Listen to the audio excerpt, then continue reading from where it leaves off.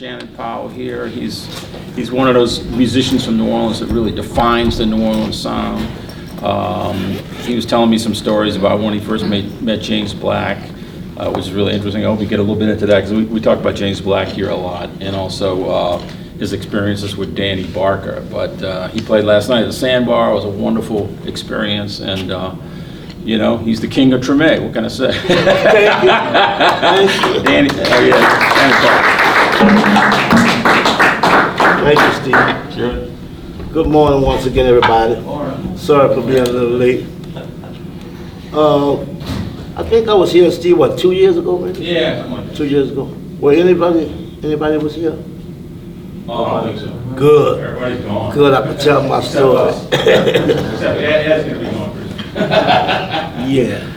Well, pretty much, I just like to, I was very fortunate to have come from the Treme. I came up listening to what you call sanctified music, sanctified church. You know, church I grew up next door to is a place, church called St. Philip Street Church of God in Christ. It's been named that since I was born, and I was born April the 8th, 1962. I've been living in that house ever since. My grandparents bought the house in 1942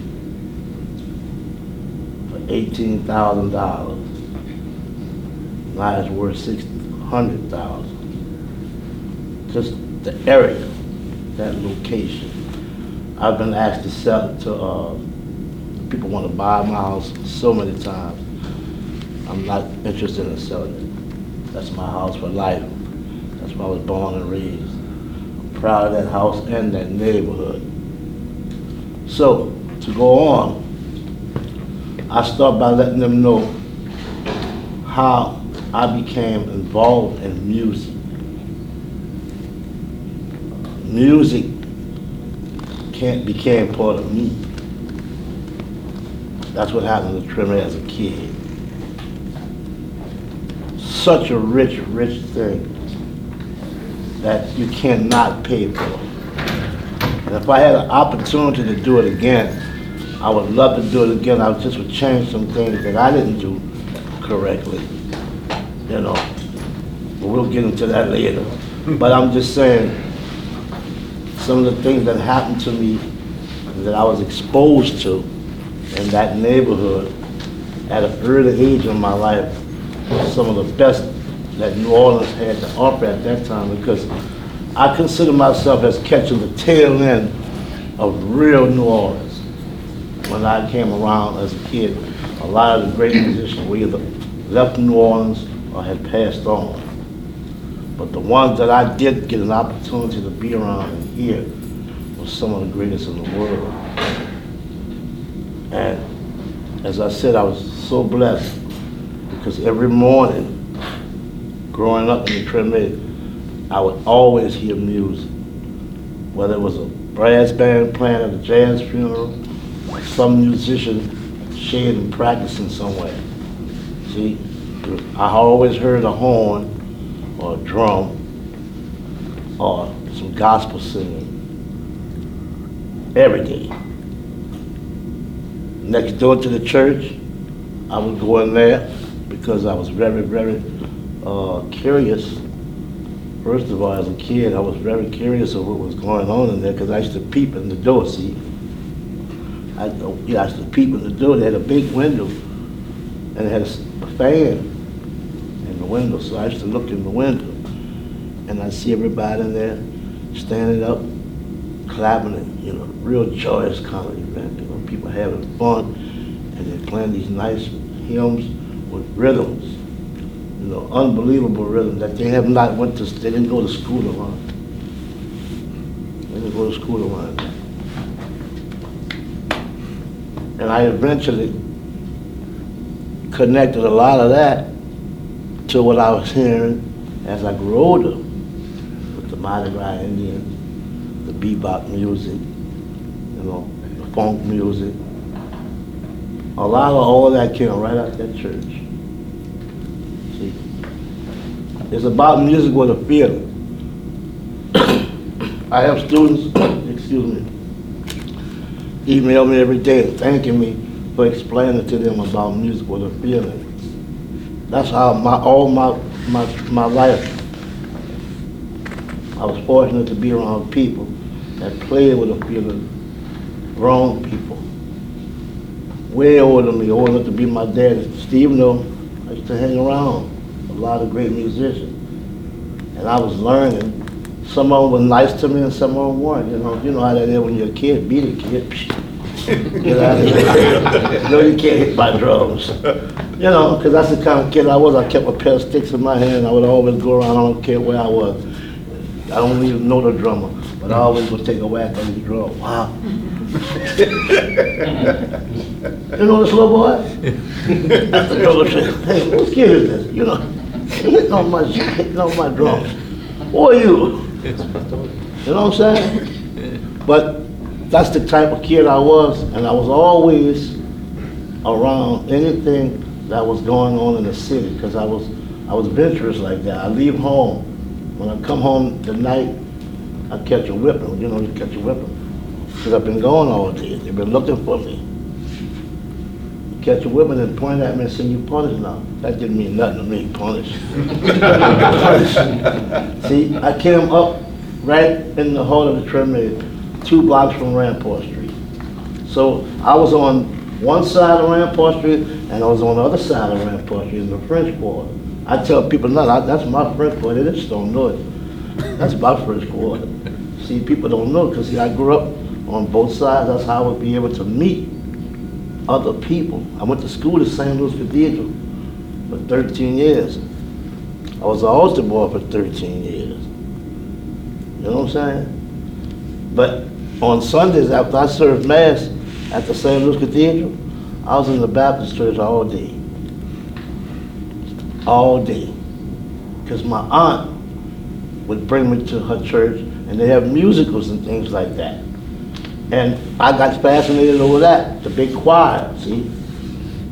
Then I met some guys, some great musicians who are still around today, like Mr. Al Beam who plays the Hammond organ. He's playing with the 100-piece choir.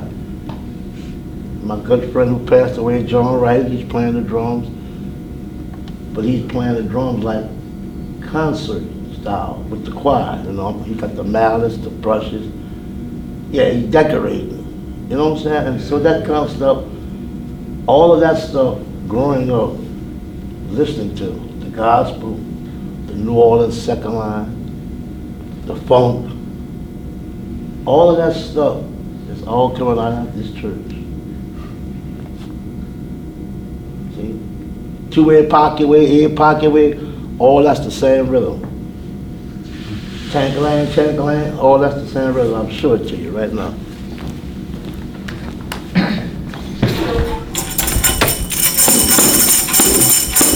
We got with the cymbals, and that with the oh yeah. That's what they doing on the ride somewhere.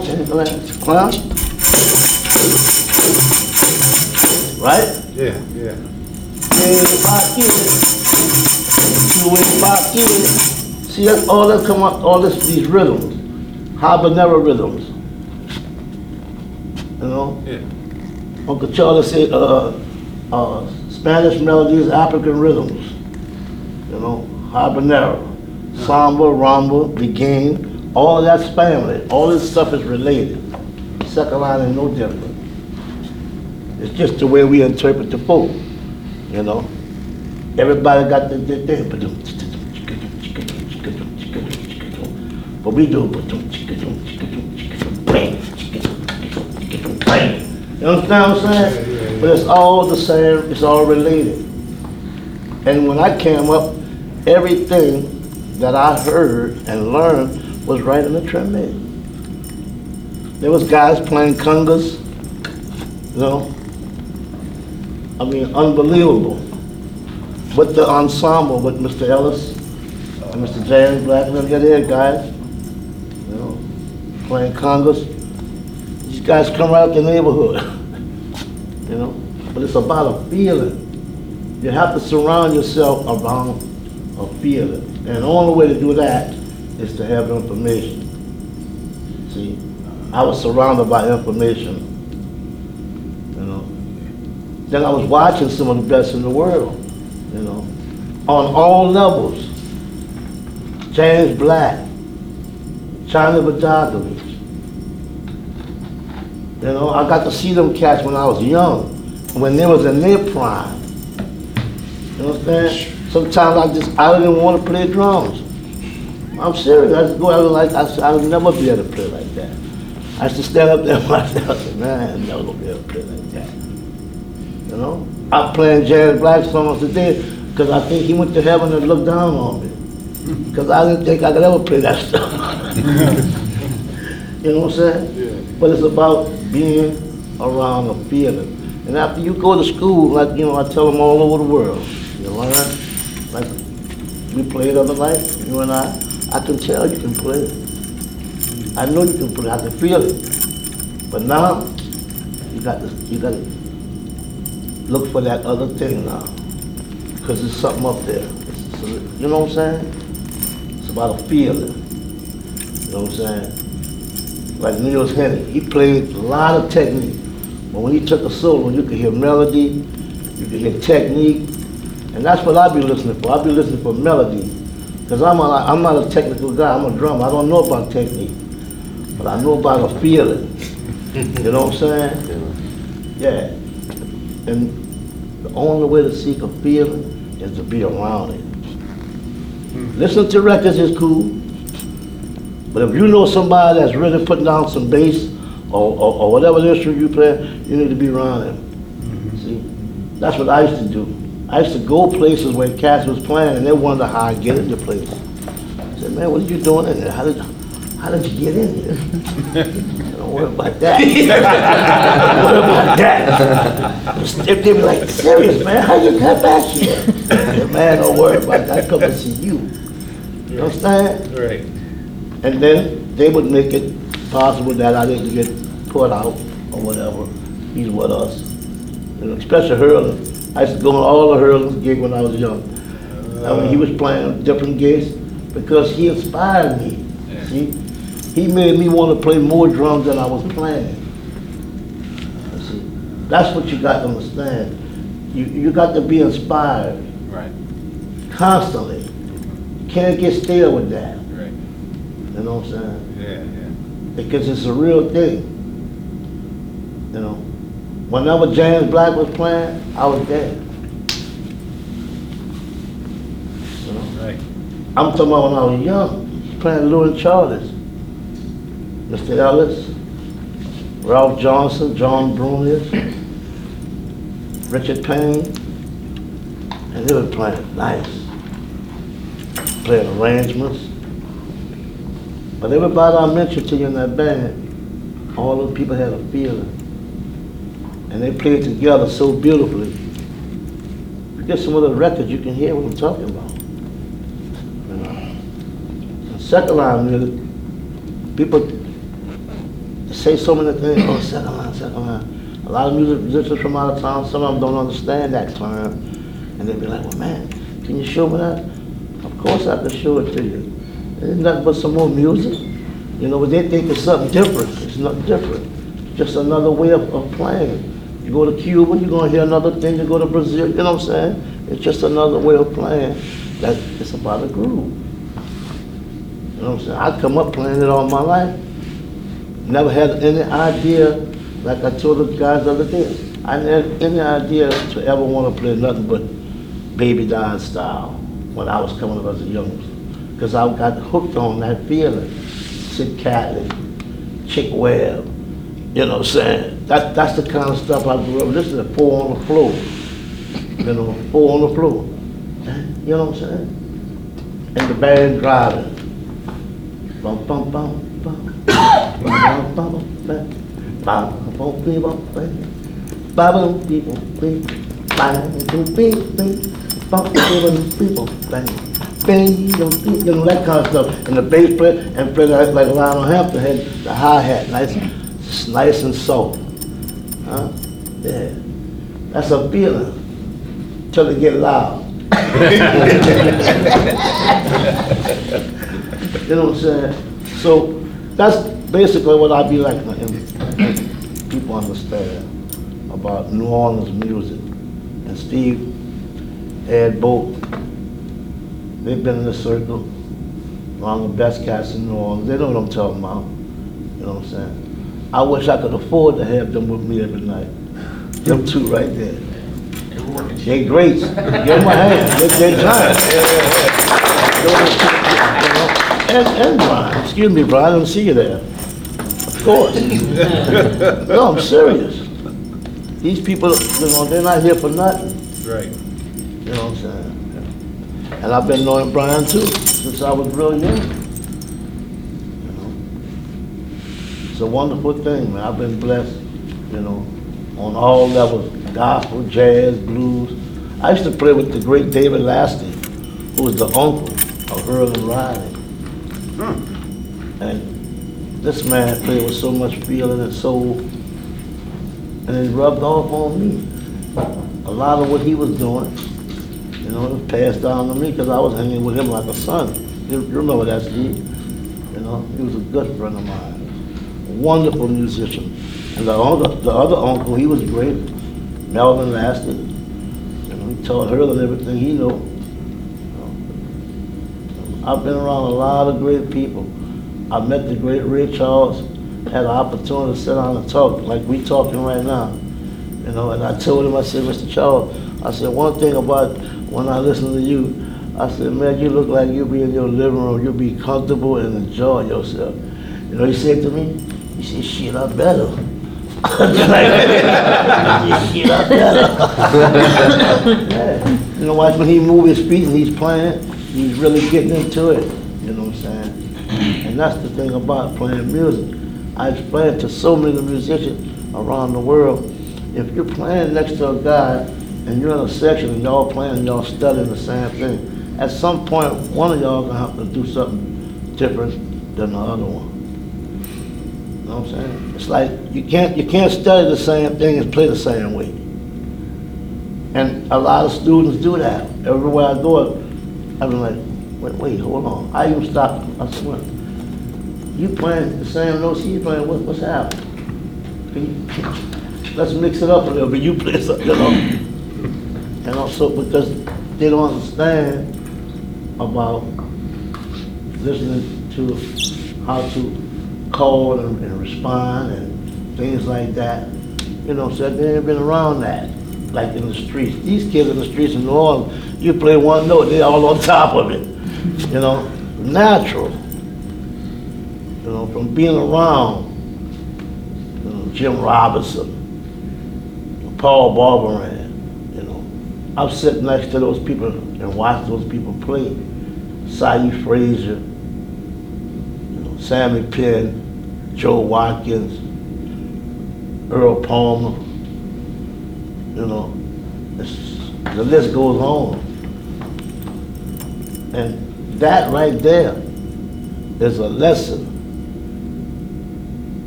Just being able to go out and listen to great people like that, not just drummers too, great horn players, piano players, bass players, you know.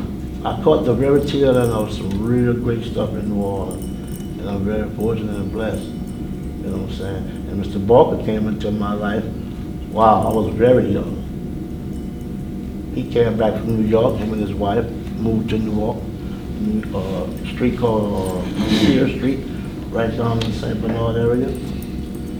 And he bought a nice little house, decided he wasn't going back to New York.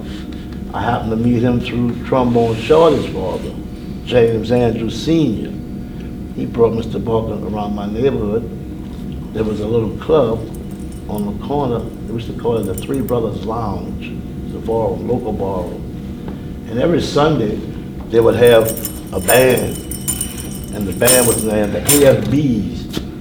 You remember them, Steve? Mm-hmm. And that was Walter Wolfman Washington, Stackman, who we call, his name was Elliot Collier, they called him Stackman, Tom on drums, and Dixon on bass. And these are some cats right from the neighborhood. They played like the record.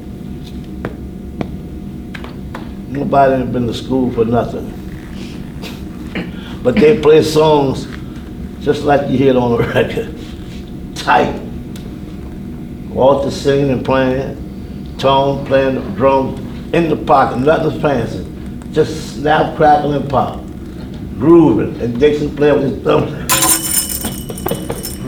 Oh, God, I wish y'all could hear it. He heard some of that. And he brought Mr. Barker there. He said, you gotta come here, this little boy, Shannon Powell. He's awesome. Because I used to go in there and play one song with the band, you know, I was small. And one day he came down there and they let me sit in. And me and Mr. Barker hit it off from that day. He started telling me about who I saw. He started calling names like J.C. Hurd, Cozy Cole. I was like, really? He said, man, you sound like Cozy Cole. I said, really? You know, I was a kid, you know. So he said to me, you want to start playing with me? I said, yes, sir. Excuse me. I didn't really know him, his background. I knew of him because I know he was from New Orleans, you know, but I didn't really know the history of the man. When I got to really know who he was, I was very, very honored as a kid, you know, just to be able to hang with Mr. Barker, because he really liked me, you know, and he taught me a lot about how to be a human being and a musician, you know what I'm saying? So, and he also taught me how to learn more and more about my craft, you know, he told me you're gonna always need, everything you learn, you're gonna need it, son, and he was not lying. When I got with Harry Connick, I found that out. You know, reading them charts, and you got to get your rest. Driving an 18-piece band every night, can't party, that kind of stuff. You know what I'm saying? If you want the gig, I mean, you didn't want the gig, you could do all that. But I was enjoying myself, so I didn't want to lose the gig. So I was in the bed, and when we do the shows at night, the cats be up there sleeping and tired, and Harry find everybody. Everybody's fine, like, except Shannon. Yeah, because I'm always pushing, you know. I don't miss a night off. Me and the bass player, we never miss a night off when it's coming home. When the curtains open, me and Ben Wolf was right there. And that's why we was waiting for a long time. You know what I'm saying? But such a great life. I wish I could go back again, like I said, y'all. I did some bad things too, you know what I'm saying, but I ain't gonna talk about it. But I made up, you know, I made up, and God has been truly good to me all my life, and I want to thank Steve again, and Ed, and Brian for having me here. I really appreciate that, and I hope to come back again. Please do. Yeah. Anybody got any questions? Were you involved in Mr. Barker's Baptist church thing? Yes, I was. I came behind the first group they had, which was with Leroy Jones, Herman Riley, Greg Stafford, and those guys. I came behind them, the band after them, which was in the 70s.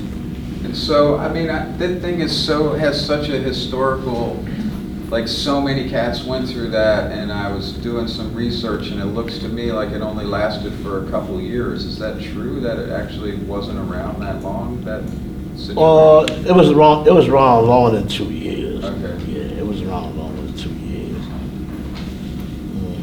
That band lasted at least about 10 years. Yeah. Because what happened, like I said, when Leroy and those guys were in the band, they got older, and everybody kind of went their own ways. And Leroy started another band called the Hurricane Brass Band, which was most of all the guys out of the Fabry Band. Yeah. But Mr. Barker pretty much got the gigs for the band, but his brother, his uncle, Lucian Barberan's father, his name was Charles Barberan. He pretty much ran the band. You know what I'm saying? Because Mr. Barker really couldn't focus on that all the time because he was constantly traveling and doing a lot of work around the city at that time. You know, what a cat he was. Anybody else? Come on. Can you tell the story about the first time you met James Black? Oh, first time. Well, you know, as I said earlier, I'm coming from the Treme. I live on St. Philip between Marie and Treme. And as a kid, I used to go around the neighborhood. I'm always walking, because I knew everybody, you know. But this particular day, I passed in front of Mr. Black's house and heard him playing really good drums. Didn't know what it was, because I never heard nobody play drums like that. But I knew it was good. So I stopped. David, I stopped right there by the steps. And I was listening. And I said to myself, wow. See, I'm used to playing church, second line, you know, baby dies kind of stuff. I'm not really, so I'm really confused now.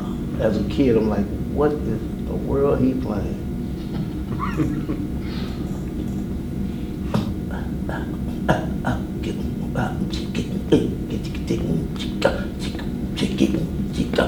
I said, yeah, that kind of stuff, you know. I'm trying to count it, I couldn't even count it. I'm steady listening to that. I said, wow, this is a bad man in here. So after a while, he came to the door and he looked at me. He said, what you want? Just like that. He said, what you want? I said, I'm just listening to you play. He said, yeah, what's your name? I said, Shannon. He said, you play drums? I said, yes, sir. He said, come on in. Oh, I got scared. They come in, I got scared because my mom always told me never go in nobody's house. That's the first thing I thought about. So my mom was, I said, I don't know. But I kind of felt safe because, you know, what can he do? He's a drummer. I'm a drummer. So I just went up there, I'm shaking too. I went up there, he said, what you shaking for? Go inside, he got the big drum set up, he's got his wine, you know, he got his piano with his music, and he got his pencil because he's writing his arrangements for the rehearsal that he's getting ready to have. So he said to me, he said, get behind the drums. So I got behind the drums and he started playing and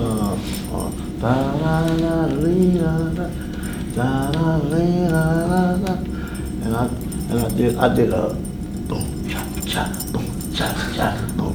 He said, that's good. He said, but why would you play that like that? I'm like, at first he congratulated me. I kind of got, you know, I started feeling good, but then he started scolding me. I got nervous again. I said, well, I don't know what to play. So he got behind the drum and showed, but what he was trying to show me, I really couldn't get to the hi-hat there because my foot was too short. So I couldn't put that 1, 2, 3. I couldn't touch the pedal. So he said, yeah, you do it one day. But he showed me how to play it on the snare drum and the cymbal and the drum, you know what I'm saying? So we played around a little bit. Where you live at? Because he was very, very cocky when he talked, you know. Where you live at? I said, right around the corner. He said, well, you keep coming around here, I'm gonna show you some stuff, yeah? I said, yes, sir. He said, all right, now get out of here. And I just ran out the door. And the very next time that I came back, he actually was in there with the band, rehearsing, which was another great experience because I was able to hear now really what was going on. You know, and that was my first encounter with real New Orleans modern jazz music. And I fell in love with it because I started hanging at the club, which was called Lou and Charlie's. And that's where all the cats was playing back then. I was like one of the only kids that could even hang in the place. Because I knew the owner, Charlie, and his wife. You know what I'm saying? So, you know, it was a blessing. Every weekend there were different bands, just to let you know. And every band that played there was great. Like well, one weekend it would be Alvin Baptiste with Henry Butler, Julius Farmer, and Herman Jackson. Oh my God, what a group. You know, then the following week, it would be somebody like Ed Frank and Ed Blackwell, people like that, you know. It was always great musicians there, and I was right there, soaking it all up. You know what I'm saying? It was a great experience. And I'm gonna tell you all this story right quick. There were times in my life, growing up playing New Orleans music, and playing music period, that I had no desire to play a certain kind of music. I really didn't. And even to today, I'll be honest with you, some music I don't have no desire to play it, but you know why I play it? because it's still in me. It's in me. I can't do nothing about that. You know what I'm saying? Like New Orleans funk. I happen to be blessed to play with the greatest funk bass player in New Orleans, George Porter, who taught me a lot. More than I knew. Yeah, George brought it out of me. You know, I played with, he was in the band with me with David Lasting, but then I did gigs with him with his band. So I was blessed to be around him. You know, like I said, Mr. David Lasting, the saxophone player. This man was straight up the best blues saxophone player in New Orleans. So I learned a lot about playing blues, shuffles, things like that. You know what I'm saying? You know, just to be around those people, you had to learn what your part was. You know, otherwise, you know, you could be replaced. You know what I'm saying? Yeah. You had to get in there. You had to do your homework. You know, and I used to listen to a guy that played a shuffle that I consider the best shuffle drummer in New Orleans. He passed away. His name was Buddy Williams. He played a shuffle. My God. You know, but that was something for me to see and learn for this day. See, because I can imitate that this day. There's another drummer I learned from, Mr. Freddie Coleman. I play exactly like him. I have the window brothers. He be on the gate, he be laughing. He said, man, go ahead, Freddie. You know what I'm saying? But it's a style. See? It's the style. Then we get modern, you know, and stole licks from James Black. I even had the opportunity to hang out with Elvin Jones. Oh yeah. They was opening the show for us. Can you believe that? He and I became great friends. I used to go sneak him some liquor because his wife was watching. She didn't want him with no liquor, but he and I was buddies. We were doing the shows in Europe. I was with the great Dr. Michael White, and he was playing with Winton. Winton had a little quartet, and we were doing a thing on the road, doing this show. He and I started talking. He explained some things to me that I needed to hear. See, that's what I'm talking about, information. See, I was under the impression that only drummers from New Orleans played New Orleans drums style. See, because I didn't know no better. See. Well, me and Mr. Jones was talking, and he explained to me that when he was 17 years old in New York, that's what they were playing. Baby Dies, Sid Catlett, Chick Ware, the bebop wasn't in there, see? That fascinated me. He knew about Paul Barbaran. He knew about Baby Dies, you know what I'm saying? But when you don't know something, you know, it's easy for you to not understand. Everybody know about New Orleans music. It's the roots of the music. You know what I'm saying? You know. Louis Bellson, great drummer. I had a chance to meet him. Kind fella. Buddy Rich was my good friend. I had a chance to meet him. Very nice. These people were very nice to me. When I was on the road with Harry Connick years ago, I had an opportunity to be around those people. And they were great people. But they always say the great musicians are the nice people, because they all were very kind and give me words of wisdom. If I asked any questions about the drums or how should I play a certain thing, which I did, I always asked, especially Buddy Rich. I picked his brains about the hi-hat thing. That's why I learned a lot of that from. You know what I'm saying? But it's a blessing, man. All right, how we looking, Steve? Yeah. You got Anybody got one more question? Is there anything about being a musician that you dislike? Not really.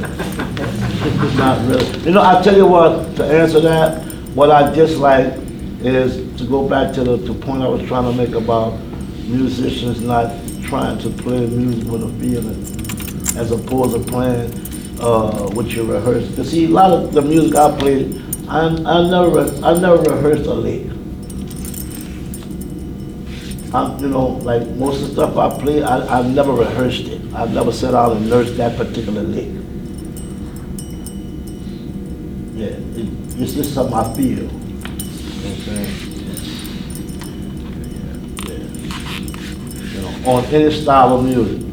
Whatever I play is what I feel. You know what I'm saying? So.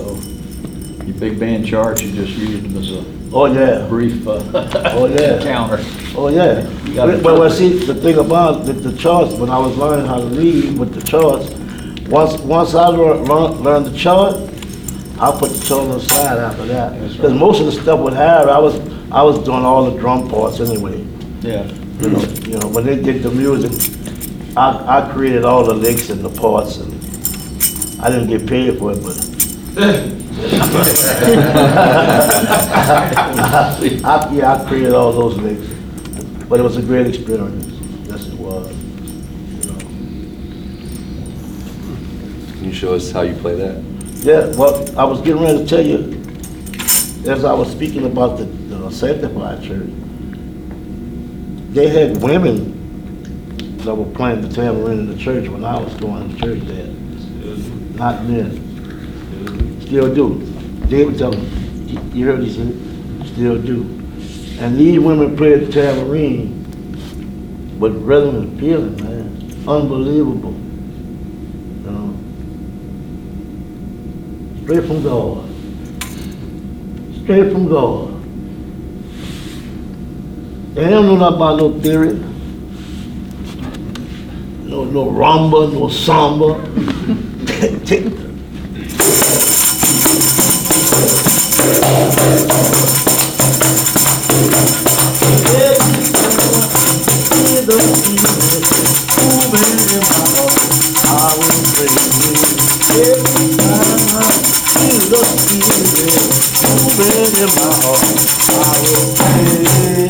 Every time I feel the spirit moving in my heart, I'll sing.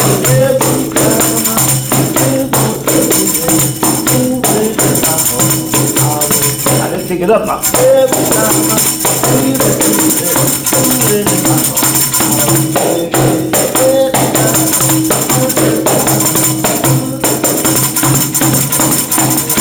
Come on, y'all got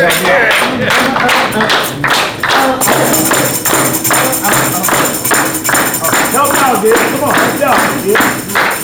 Keep them going, man. Come on, help me out. Every time I feel the spirit moving in my heart, I will sing. Every time I feel the spirit moving in my heart.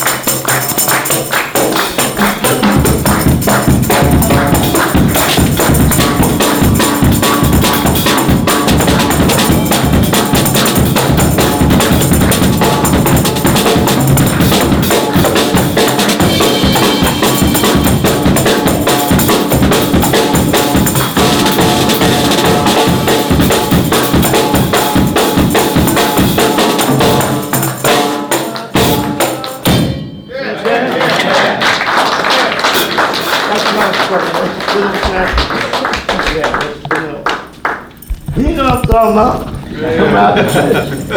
Yes, indeed. Everybody got any more questions? And tell us, okay. I was just about to ask if you could not narrow it down to one person, but if you could mention one person who's been hugely influential in your life in a significant way, or would it have been Mr. Barker? Yes, most definitely. I mean, he's the reason I'm here today.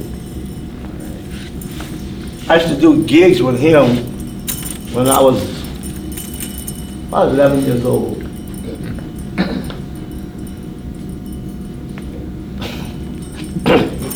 Listen, he come pick me up one day from the house, told my grandmother, he said, look, I need to take Shannon for a couple of hours. Grandma said, okay. Told me to get my snare drum and get a strap. Well, I didn't have a strap.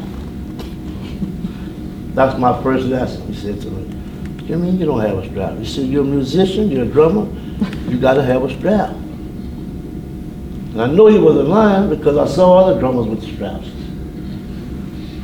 Okay, first lesson. We go and get a strap. Then he tells me, tomorrow I'm gonna pick you up after school. We're gonna go play a gig.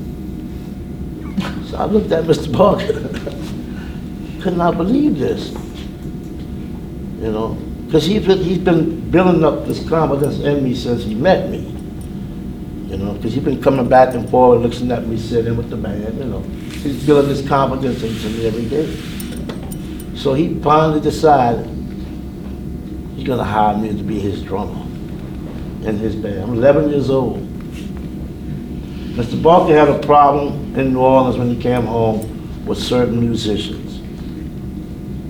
Because when he came from New York, the experience that he had and the things that he was doing and playing, the music that he was playing, was just maybe a little tad more than what he was used to down here. For as musicians. I mean, you know, New York has millions of musicians. New Orleans was very limited. So he didn't like to use bass players. Bass players couldn't play it the way he wanted. He used to play on Mill Hinton, man. You know? Pops Foster. Oh. You know, he's used to hearing, you know what I'm saying? You know, just to name a few other cats that Mr. Barker had the opportunity to work with. So, you know, what he was hearing and what these cats down here was hearing, it was on a different page, which was understandable. So I would always ask him, because I had the problem, because I was young, and I was always asking, who's playing tonight? Because I was always looking for him to see if we had a bass player. He said to me, you and so-and-so. I said, Mr. Barker, we don't have a bass player tonight? He says, why do you keep asking me about a bass player? He said, you here tonight? I said, yes, sir. He said, that's all you got to worry about. He said, don't ask me about no bass player no more. Never ever asked him about it. Then he turned around and told me, no. Then he turned around and told me, you see that bass drum right there? I said, yes, sir. He said, that's the bass. You're the bass player tonight. This is how I learned how to play full, slow, fast, and medium. See? Because that's the way and he was telling me all the time, play full. That's what he turned around and tell me, play full. See, that's how I learned that. What about how Danny talked about, instilled a sense of professionalism in his musician, like how to dress, and from a business standpoint, like how to, you know, show up on time. Wasn't he about that as well? How I look? Yeah.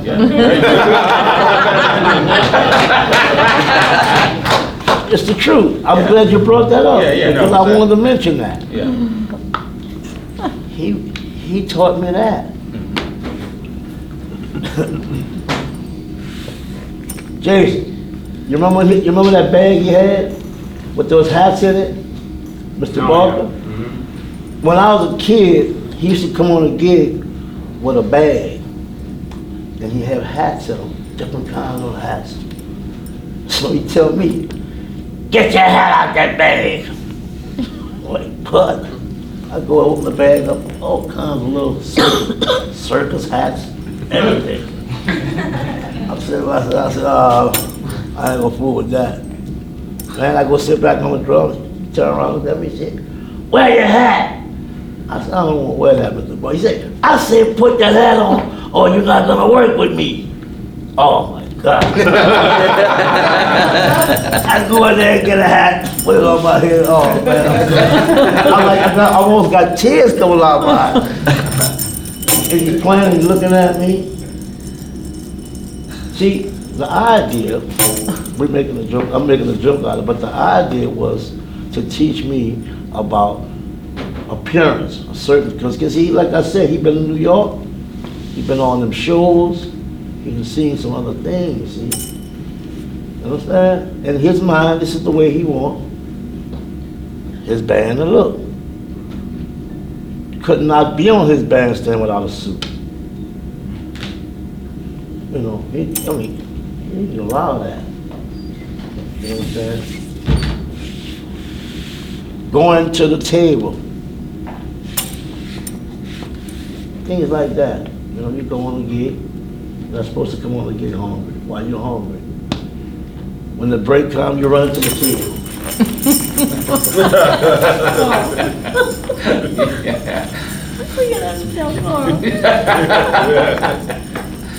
Mr. Barker sitting right there looking at me. I'm talking about myself, y'all. He's looking right there, sitting there with his banjo, looking at me. Shaking his head. I turn around. I'm the only musician with a plate.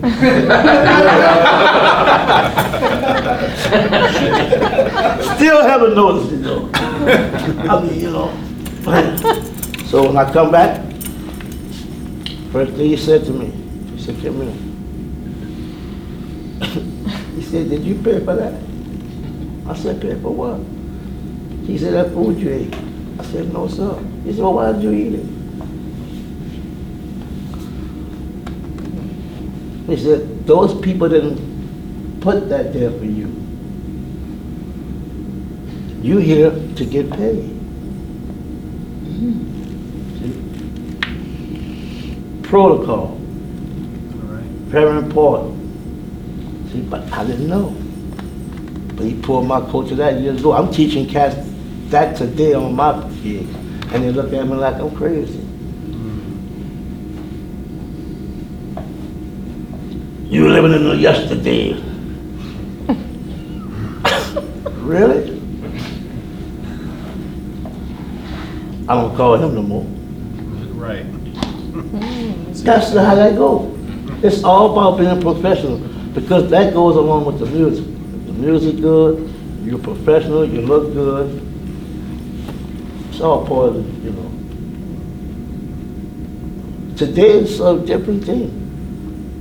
And it's, you know, for me, it's harder than anybody because when I try to teach the young cats, especially in the neighborhood, about, they tend to look at me as old-fashioned. They call me Pops. No, I don't mind. I'll be Pops. You know, because I came up in the times when musicians respect not only the music, but the culture and what it all represents. I can remember times when I was small, watching the procession come up the street with a funeral. Nothing like today. Nothing. And it should be. It should be. It shouldn't have never changed. If anything, it should have got better. But I'm not proud of a lot of that. The guys in the neighborhood who are popular, they hate me. Because when I do interviews, I talk about that all over the world. I can do that. I'm 57 years old. I'm serious. I've been around things that they ain't seen. That I'm proud of and they should be proud of. I've never, when I was a child, came in a funeral parlor with a band with t-shirts and jeans on. And represent a dead man. Right. You don't do that. Right. But time, see? Time just brought on such a change. Well, one man like me can't make a difference. I'm outnumbered. Greg Stafford, Michael White, they want to say something, but they're a little too scared. They don't want to get out there. They might get shot or something. I ain't scared. I'm not scared. Not when it comes out of the truth. But you gonna kill me for saying the truth? For telling the truth? We got people come from all over the world that respect this culture better than the people that live here do. That's the truth. I've been around and seen the real deal. I know what it's supposed to be like. Soon as they bring the body out the casket or the church or something like that, play songs like "Do What You Want" and I don't even want to go into all that other garbage. I'm used to seeing a procession with musicians playing dirge. They even got the clips on their home where they're reading the music with different dirges. You know what I'm saying? From old time, playing beautiful, man. You know what I'm saying? And everybody got black and white. Black and white. Nobody's got different colors. Everything is black and white. You know, you never start playing fast music until they cut the body loose to go to the graveyard. Unless you go into the graveyard, because years ago when I was small, sometimes they would march all the way to the graveyard according to where it was at. A lot of times it was on Claiborne Conti by the St. Louis Cemetery. So they would walk there. I was in that vault. But you never play no music until they cut the body loose and you start going back. You understand? Right. And they playing hymns. Ba ba ba ba ba ba ba ba ba ba ba, like that, where you can dance. Not all this fancy. You know, making monkey signs and shit, you know. Ba ba ba ba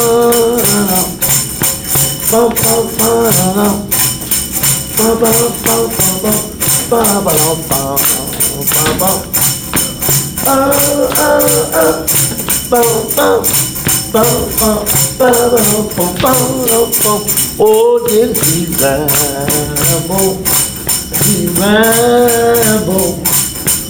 ramble all around, where y'all at? In and out of time, oh Lord, he rambled till the butcher cut him down, yeah. Oh Lord, he rambled. You see what I'm saying? Yeah. That's what they play on the way back. Yeah, right. You know, a song like that, or By and By, you know, or even the Saints Go Marching In. Right. You understand? But you have to keep certain things in perspective, especially when it comes to tradition. You can't change the tradition because of time. Time shouldn't allow you to change the tradition. You know? Because the other kids, the younger kids coming up, they don't get a chance to see that, see? They have to see that to want to be a part of that. You know, you can't be a part of something if you ain't never seen it before. You know, I couldn't wait to get in the streets when I was a little boy to be a part of the brass band, because those guys were always dressed up in real suits and had the black hats, and you know what I'm saying? And they took the music serious, and they played together. It wasn't no, you know, unbelievable how great the brass bands were back then. Anybody else? I think we're about ready, man. All You know, right. Sorry y'all missed it. Shannon, we gave you the wrong time. Yeah. The last part was pretty cool though. Thank you. Where can we see you? I know we're gonna see you on television on NCIS and. Oh, yeah, I did see you at do a little Treme. something with them. Where you playing in the city? Tonight I'm gonna be at Snug. Snug. If y'all ain't doing that, come on. Meet Larry Seabird and Roland Garrett and Leon Kitty Chocolate. Y'all come on by, bring your instruments. Make a jam session out of it. I'm serious. Come on by, especially on that second set, man. Come on by, man. Thank y'all so much. All right. How about you?